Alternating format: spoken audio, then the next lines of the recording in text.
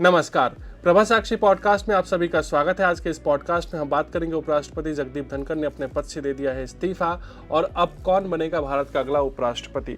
तो आइए सुनते हैं आज के इस पॉडकास्ट को। लेकिन उससे पहले अगर आपने हमारे चैनल को सब्सक्राइब नहीं किया है तो जरूर करें, ताकि हर रोज आप ऐसे इंटरेस्टिंग और जानकारीपूर्ण पॉडकास्ट सुन सके।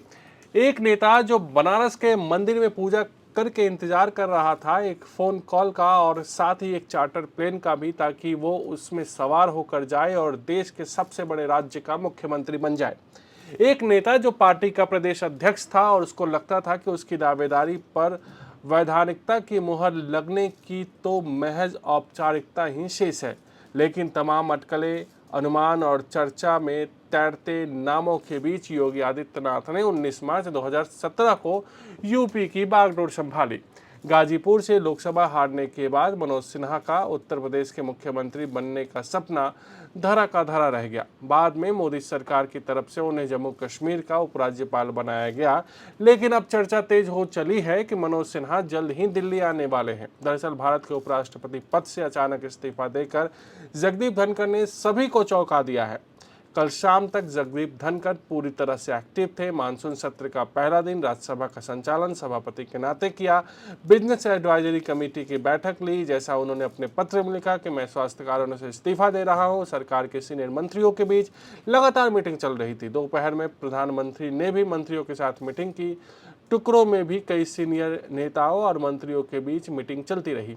तभी ऐसी खबरें आई कि या तो सरकार कुछ बड़े बिल पर काम कर रही है या ऑपरेशन सिंदूर पर सदन में बहस के लिए रणनीति बना रही है। लेकिन देर रात अचानक उपराष्ट्रपति जगदीप धनखड़ ने इस्तीफा दे दिया तो संकेत गया कि सरकार को इसका अंदाजा लग गया था और इस्तीफे के बाद के हालात पर चर्चा हो रही थी। लेकिन स्वास्थ्य अगर उनकी इतनी खराब थी तो बीते शाम तक मानसून सत्र तक के इतने ज़्यादा एक्टिव नहीं रहते। जिस तरह उन्होंने इस्तीफा दिया उसका यह कारण कई लोगों को तत्कालिक रूप से सही नहीं लगा।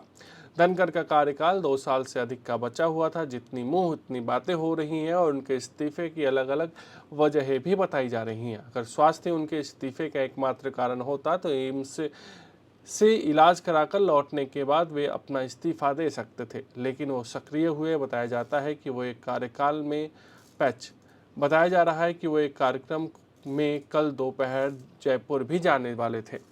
पहले खबर आई थी कि लोकसभा में सांसदों ने इसके लिए हस्ताक्षर कर दिए। सूत्रों के अनुसार सरकार की मंशा थी कि यह डिबेट लोकसभा में हो, लेकिन जैसे ही सांसदों के हस्ताक्षर वाली खबर आई तभी ये खबर आ गई कि राज्यसभा में भी इससे जुड़ा मोशन रखने के लिए आवेदन आ गया, जिसमें 65 सांसदों के साइन थे।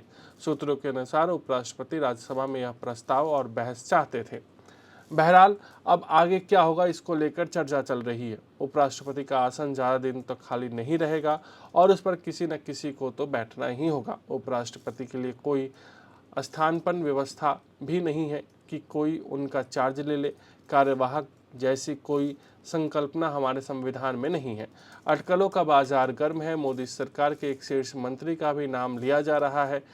सबको लेकर चलने की उनकी अपनी एक शैली है। विपक्ष में भी उनके शुभचिंतक हैं। एक नाम देश के लेफ्टिनेंट गवर्नर का भी आ रहा है। वो मोदी सरकार के करीबी भी माने जा रहे हैं। माना जा रहा है कि इस बहाने वो दिल्ली भी लौट जाएंगे। कभी वो उत्तर प्रदेश के मुख्यमंत्री बनते बनते रह गए थे। वहीं जदयू के रामनाथ ठाकुर का भी नाम चर्चा में है। रामनाथ ठाकुर राज्यसभा सांसद है और कर्पूरी ठाकुर के बेटे हैं। कर्पूरी ठाकुर को सरकार ने भारत रत्न से पहले ही नवाज दिया है। गौरतलब है कि धनखड़ ने तमिलनाडु विधेयक विवाद में सुप्रीम कोर्ट की टिप्पणी पर यह कहकर सवाल उठाया था कि अब अदालतें राष्ट्रपति को आदेश देने लगे हैं। इससे बड़ा दुर्भाग्य क्या हो सकता है। विशेषज्ञों और विपक्ष ने तीखी प्रतिक्रिया दी थी। इस तरह 25 जून को उन्होंने संविधान की प्रस्तावना में हुए 42वें संशोधन पर सवाल उठाते हुए कहा था कि भारतीय संविधान की प्रस्तावना माता पिता की तरह है, इसे बदला नहीं जा सकता। आज के लिए इतना ही। अगले पॉडकास्ट में किसी और मुद्दे पर देंगे विस्तृत जानकारी। जुड़े रहिए प्रभा साक्षी के साथ।